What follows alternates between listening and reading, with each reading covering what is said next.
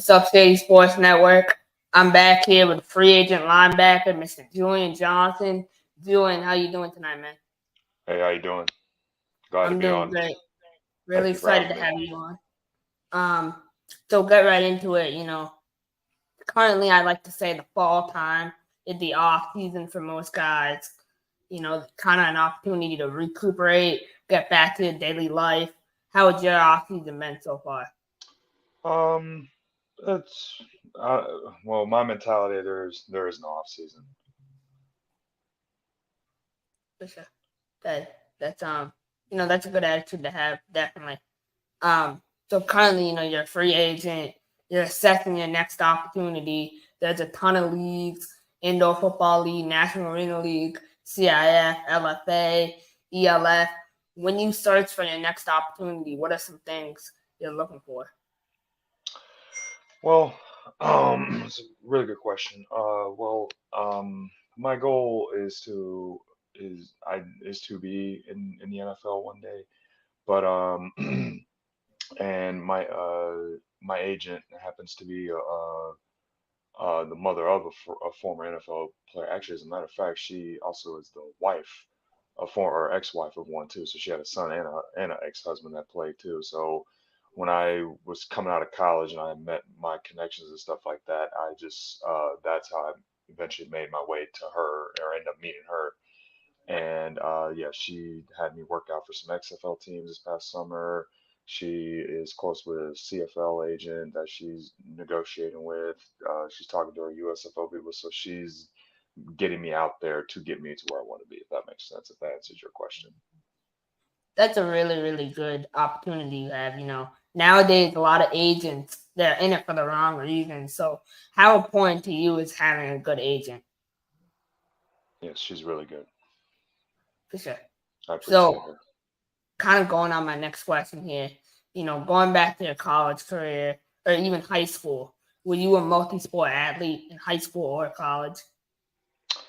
College, no. High school, yes. I did. In high school, I did football all 4 years. I didn't start playing football till coming into my freshman year of high school. I didn't. I did the spring um, speed and agility. And when I was in junior high, my eighth grade year, I was also playing baseball too. But while I was doing that, so that's kind of how I got introduced to football, and then that bled from late eighth grade into my freshman year, and I've just been doing it ever since. But in high school, I did football all 4 years. I wrestled my last two.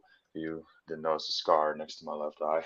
We'll talk about that later. But anyway, I also did shot put my junior year. Also, it wasn't that good at shot put. I was pretty good at wrestling, and then yeah, then there was I'm just and then football. I evolved over time. Long story short, I just kept getting better as I kept playing, as if that makes sense. And then college, I just did football. I didn't play any other sport. So, wrestling is something that a lot of football players do, to stay in shape, stay conditioned. What was your experience with that sport? Man, shoot, that's a good question. I didn't think anybody would ever asked me a question like that. To be honest with you, I'm not being dramatic or anything. I'm just being truthful. I still have nightmares from it to this day. But the lesson from it, like, it did put a lot of mental and physical toughness in me. I don't miss the practices at all, especially not Coach Latazori, who was our head wrestling coach. Man, those practices, you go home, you go home and you go take a shower, and you have just enough energy to get into bed. But anyway, the matches, the only thing I missed was pinning people at matches. That's about it. Other than that, I don't really miss it as much. Didn't really like get along with the teammates on the team, other than the ones that played football. Other than that, yeah, it wasn't. Yeah, it's just something I never go back to. After my last year, I was like, nah, I'm done. I'm not trying to do wrestling in college. Because I was already talking to college football coaches, so I was like, nah, I think I just have a chance to play football in college, not wrestling. I didn't see myself doing it past that. After that, I tapped out. So, during your high school, you play multiple sports. You kind of decided on football. When sitting down and evaluating college opportunities, what was your recruitment process like? My journey slash recruitment process is a little different than the average guy coming out. I wasn't projected to be a college player coming out of high school. I wasn't even a starter my last year. I'm not comparing myself to anything, but this is just a player that reminds me of myself who went through the same experiences I went through. Kyle Trask, who's the backup quarterback for the Tampa Bay Buccaneers now, he wasn't even a starter his senior year of high school. He just appeared in games when they were blowing them out, if that makes sense, and stuff like that. So he's a backup, but he would get his chances to play. And I guess, yeah, he put up really good film to where he ended up attending and going to Florida. And now, yeah, now he's with the Buccaneers. But so my thing was a little bit like that. I just appear in games when we were up and stuff. I was a backup and stuff. The thing is, and I remember I never was able to put this together until I remember my father told me this one time. He told me how I just am as a person. I'm not trying to talk too much. It's just a quick little story so it can all make sense in a way. I just was like, I was just like a late bloomer coming in playing football. Like I said, I didn't start doing it until I was coming into high school. So my body, I was growing into my body, and then I was also growing into the game mentally too. What's your what's your mindset supposed to be while you're playing, and then also how your X's and O's and stuff. So I was just a late bloomer, a little bit behind those guys. So that's why they probably had an edge on me at that time. But once I was finally in college and I just got it down, I just kept evolving and reaching my peak and then going on and on and on, if that makes sense. So to answer your question about the college thing, so I was talking to some schools. I remember and the fun I remember I remember I went to a thing where we had to it was in a library where you go online and you sign up on the NCAA website for NAIA Division One and Division Two, so that you're eligible to be a walk on for those schools and stuff like that. And I remember one of the two schools I attended for college was, well, first I started at a junior college, and then I went to University of West Georgia for 3 years, and I finished at Reinhardt. And the funny thing is, I applied to both those schools coming out of high school, and I remember the D line coach at the time for West Georgia. I remember he came into the weight room, the football weight room, and I remember I talked to him then. Actually, he gave me his business card. So coincidentally, yeah, he tried to get me to come there then. So that, and then I remember right before I was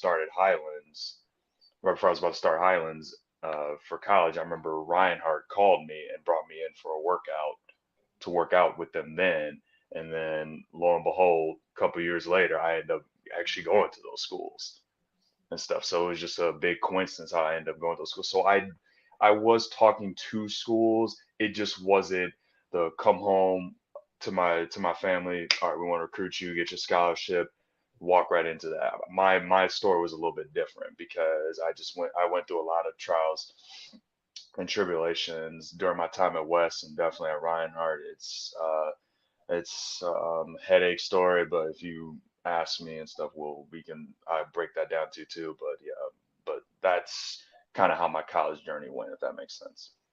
Definitely. No, I'm really interested to know, going to 30 different colleges, you're constantly moving around, going from different levels. How was that whole experience for you? It's it it evolved me to who I am as a person in a way, but it was tough. Like I said, it was tough coming. I went to Georgia Highlands for 3 semesters. So yeah, that's where I started college. I did there 3 semesters just to get my credits and stuff like that, like those things like that. And I was applying to several schools. Actually, the school I was trying to go to at the time was Georgia State. And the head coach brought me out for one of their spring games at that time, but then he ended up getting fired that fall season. So the only thing I had left on the table, the only school I could get accepted into was the University of West. And I get accepted early that last semester at Highlands. I actually was surprised I got the letter so fast. My advisors didn't think I was going to get the letter that I got accepted till like December. They thought they were going to have to squeeze me in through the back door to get me in. but somehow I got it like at the beginning of the semester. So the, I emailed the what was his name? I emailed the one of the D line coach, who was the recruiting coach. I emailed him, told him I got accepted, blah blah. I emailed him a couple times, and he finally brings me out as a prospective athlete to one of the games in 2016. They had so they bring me out for that game, and get a tour of the weight room, get a tour of the field, what's it like being on the team, stuff like that. So in I'm not sure if you know, but when you're brought out as a prospective athlete, that means once you come in, they're gonna put you right on the team, right? That's not what happened. So I come in the springtime of 2017, and I told the coach, "Hey, I'm here," blah blah blah, and he says, and he just very suspiciously he says, "Yeah, just walk on." So they forced me to walk on twice, and you had to pay $100 fee both times. So that happened, and so they pick all these dudes over me and stuff like that, even though they make me do that. And I don't get on the team till 2 years later in the spring of 2019 for the spring practices. I don't get a rep in practice, not one. Everybody else was, just not me. But then, and after that spring, they said, "Hey, we got a bunch of recruits coming in the summer. We're going to kick you off." So I got kicked off right before camp in 2019. And after that, I was fed up with that school, so I hit the transfer portal in May 2020 during the pandemic, and I would do my last 2 years at Reinhardt. I won two conference championships, and then I ran into another curb on during my time there. I did have a hard time trying to get on the field. I just you may not believe me, but I'm just being as truthful as I can with what transpired there. I was the head coach's number one punchline, like number one. When I say I was the last man on the team, I was like the 105th guy on the team. Like the freshmen were just he looked at them more than me, and so I just kept saying, "Dude, give me a chance, put me in, put me in. I promise you're not gonna take me out," stuff like that. And he just kept pushing it and pushing it towards the end. Kept saying, towards the end of the season, towards the end of the season." And we finally get there, voila. And I finally was able to make a name for myself and stuff. I played pretty well those last couple of games, and that's how. And then actually, before I played, a couple weeks prior, I was at one of the female soccer games, and I bumped into this gentleman. I actually, it was another coincidence. He happened to just be standing next to me, and we're watching a game, and I think I either had a university football shirt on or something like that, or a sweater, or whatever. And I think he said, "Yeah, you play for school, blah blah blah." And then we just started negotiating, chopping it up, and having negotiations and stuff like that. And then he asked me, he's like, "So, you trying to turn pro after college?" I was like, "Yeah, absolutely." And he gave me his business card, and he said, "Send whatever tape you get, no matter how long it is, no matter how short it is, whether it's 5 games, whether it's 12, whether it's two, whether it's one, whatever it is, send it because somebody actually might take a chance on you, and you can get into one of these minor leagues and then make your way up in a way." And I was just okay, cool. So after the season, I sent him my film. He points me in the direction of this gentleman, this gentleman. I just kept meeting all these people, all these advisors, these people that all these agents, these trainers, all these other people, and then that's how I end up getting I end up getting drafted into the Rivals Professional Football League last fall. Played the fall season there, and I just did the spring season here locally in Atlanta just now, and then now I'm just waiting for my next opportunity. Man, that's quite a unique journey. I'm happy that you were able to get through all that. I guess now, looking forward in the future, what's one thing you took from that experience, all those experiences that you're able to apply now? Hard work beats talent. For sure. I 100% agree with you. I think, there's a lot of politics in the NCAA and even in pro sports. Unfortunately. I guess, coming up on my last couple of questions for you, where do you see yourself 2 to 3 years from now as a football player and in your personal life? I see myself where I hope to be, and I see myself I see myself being. I'll be honest with you, Chris. Whenever I get my chance, whichever team it is, like I said, they put me on the field and I gotta take me out. I'm gonna be something great. Like I just feel it in me, and I just some of the stuff people said to me in my past and stuff, the way they view me and stuff like that. I'm gonna be special. I'm gonna be a household name, and I'm gonna do great things on that field. And I'm gonna do great things off that field. I'm gonna be a brand. I'm gonna be I'm gonna be remembered forever. That's what I see myself as. No, it's kind of, whew, no, it's a little sounds crazy or whatever, anything like that, but that's just how I feel. That's what I believe. That's awesome. I really respect that. I think it's important for everyone to have that belief and confidence in themselves to go to the next level. And part of that is how you take care of your body. So my final question for you is kind of one out of left field. When you look at taking care of your body, being an athlete, we talk about the importance of sleep. Do you Hmm. believe that getting 6 to 7 hours of sleep is enough, or are you more of a 10 to 12 hour guy? That is a really good question. And I'll answer that question by also throwing in a couple of things too.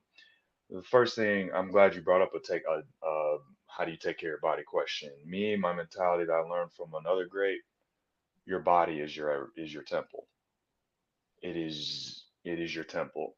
So I'm a big believer in taking care of my body.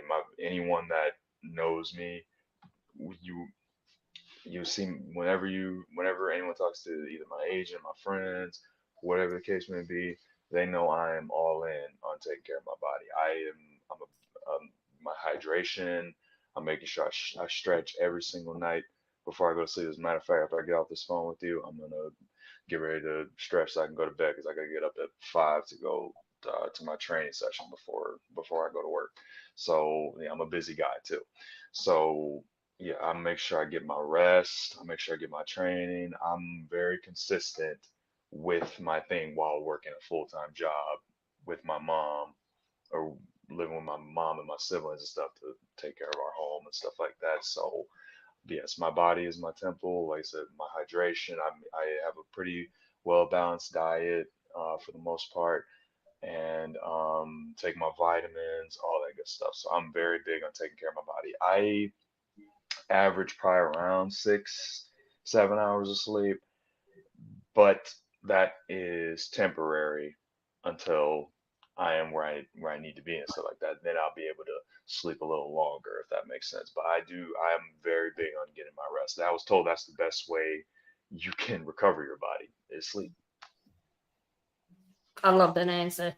Well, Julian, I appreciate you taking the time out of your day to, come on the show. I wish you the best of luck, and anything you need, feel free to reach out. I will do that. I appreciate you having me on here. Thank you. Yes, sir. I'm a game changer.